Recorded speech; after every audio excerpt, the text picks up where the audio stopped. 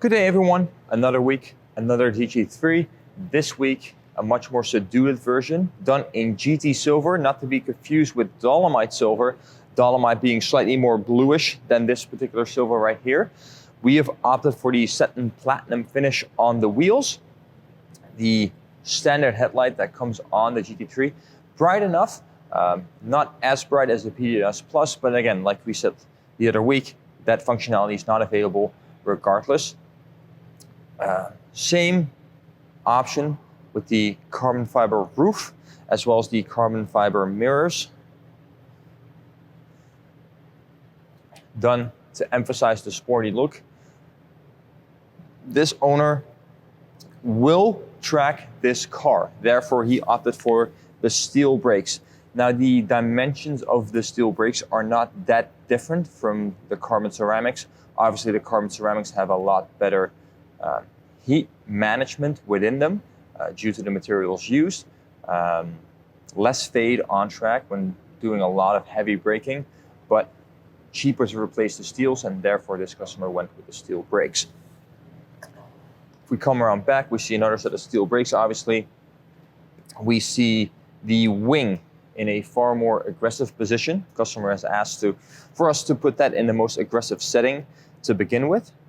This to make a difference on that track, as we mentioned. Same exclusive design tail light with the Porsche M Black and GT3, this time done in black, not body painted. Then this particular customer has opted to have us install a aftermarket exhaust. So right here, we have the JCR exhaust. You can see the brand in the middle in between the two pipes. It is a titanium lightweight raised exhaust. Pretty much straight piped the car from the filters.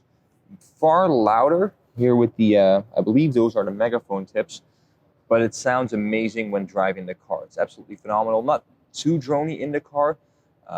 We can't be on it just yet. I'm sure the customer will in due course. I believe it sounds phenomenal. I've seen some footage of JCR online. It is absolutely phenomenal. So let me grab the key and then we'll go to the inside.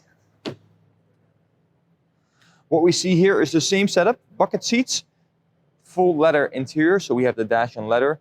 We didn't go too far with extended leather on the dash or the door sills or the fuse box cover. The car has already been fully done in paint protection film as well as Expel Fusion ceramic coating, hence the warning sign on the gear shifter right there.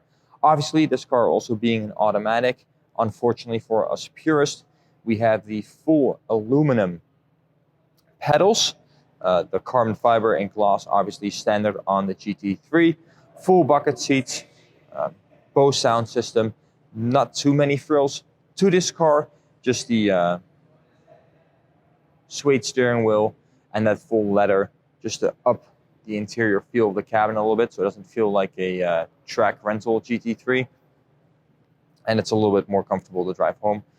Installed, of course, the fire extinguisher as well, just to ensure that everything is safe and well. So thanks again for tuning in. We'll be driving the car as well. Share our thoughts on that as well together with my coworker Jonathan. If you have any questions, concerns, please do let us know. We'll see you on the next one. Good afternoon, guys and girls. We're back. Another GT3. Today, somebody else driving, somebody that you've never seen before. This is Jonathan, one of my coworkers. Jonathan used to work at different Porsche stores, but his main claim to fame is working at Monticello. So he has driven a lot of these sort of cars. And I figured we would let him drive this one just to share his thoughts with this car straight out of the gate. So, Jonathan, what's your first impression? Hey folks, this is pretty amazing. Right from the get-go, power, the shifts, the steering input, everything is just perfect. It's unbelievable. And of course, you know, we're driving it at 4/10, if that, but still unbelievable what Porsche does. Every time you think they can't get it better, they just blow my mind. You know, like Mark mentioned, you know, started at, used to be VP of membership sales at Monticello Motor Club, had the opportunity to drive a lot of cool cars.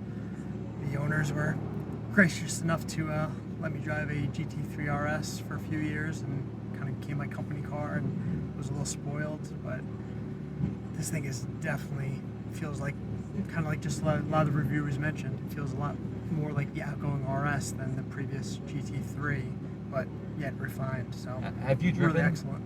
Have you driven the last generation GT3 RS? Yes. So I haven't, so I couldn't compare. But you would say it's more aggressive or slightly less aggressive? Like how would you? Let's start with the suspension, because a lot has been written about that. Suspension on this feels a lot more similar, a lot closer to the previous GT3 RS than the previous GT3. So this is definitely a lot stiffer. Yeah, definitely a lot like previous GT3 RS. In terms of power, you would say it's pretty much the same? Well, you know, again, we're being good breaking in a new car, but feels more than enough. Well, good to hear. Now, we're not even taking it up high, but the sound already is out of this world. Now you can tell that the sport exhaust is definitely RPM driven, not just open close valve like the previous gen. It's definitely very visceral. It's amazing. Now, if you see us bouncing a little bit, that just demonstrate how tight the suspension is. Yeah, pretty much.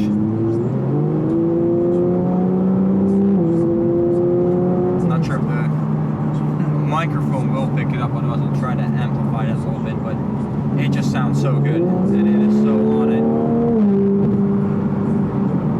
And, you know, even staying within the guidelines of what was supposed to happen in terms of your driving period, the car just sounds amazing. I don't even want to know how this car sounds when you bring it up the red line. I mean, listen, once it's broken in, it's going to be even more incredible.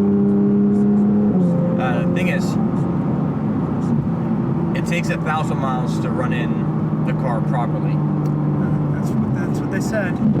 It is up to the customer to do that. I mean, the temptation is high to not do it and just feel what the car can do and rev it out. We highly recommend, obviously, to stick with that run-in period. Get familiar with the car, let the car get familiar with you, get used to the power, slowly work up towards that red line.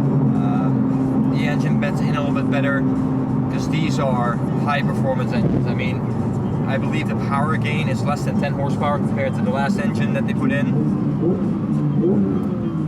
And the brakes are pretty good. Now that you're downshifting, and on this car we had the steel brakes, on the car last week we had the ceramics. In terms of braking, because you'll be the one to ask this, ceramics versus steels for street driving. I mean, you gotta be a really good driver, driving at 10/10ths to really feel the difference the unsprung weight provides from a ceramic. But it's funny, the ceramic also staying dirt free. I actually would probably put ceramics on a GT3 that was going to spend more time on the street and steel on one that spent more time on the track, just because I get more use out of them rather than having to replace ceramics after a couple heat cycles on track. So just for longevity, you would say steels? Yeah, I mean, when I was at the motor club, a lot of guys would come up with the ceramics and then realize they'd replace them a lot sooner than they thought. But again, they're driving on track, and they figured, steel was a better value at that point. But even compared to the brake loss. You have the red light, man. Sorry, don't mind. Typical New Jersey driver. Oh, you're ready to get pulled over. So. And she gets pulled over. We can edit that out. No, we can leave that in. Stick to the rules, guys. Even better. Anyways, so yeah, long story short, I mean, listen, ceramic brakes are incredible. And they're great when you have a factory Porsche budget, but when you're on a personal budget and you don't want to spend, over 10K every time you have to replace them, this thing feels so good. Think we have to do that one again. So this compared, like, we've not driven the GTS that's coming out. No. We're not privileged enough. In your opinion, if you will take your car to the track once a year, like there's one track event that you go to, that's it, otherwise you drive your car normally, would you take this or would you take the GTS that has a very similar horsepower figure, more torque due to the turbos and everything that comes with that? Yeah, I mean, the GTS is the perfect enthusiast daily driver for that occasional track outing. I mean, that's exactly what it is. So unless I was spending a significant amount of time on track, where I want the GT3, or I just had more money and more space than I needed, GT3. But practicality-wise, the GTS does everything fantastically. Well, I think on that note, we can probably end this. So, guys, thanks again for tuning in, and we'll see you on another one.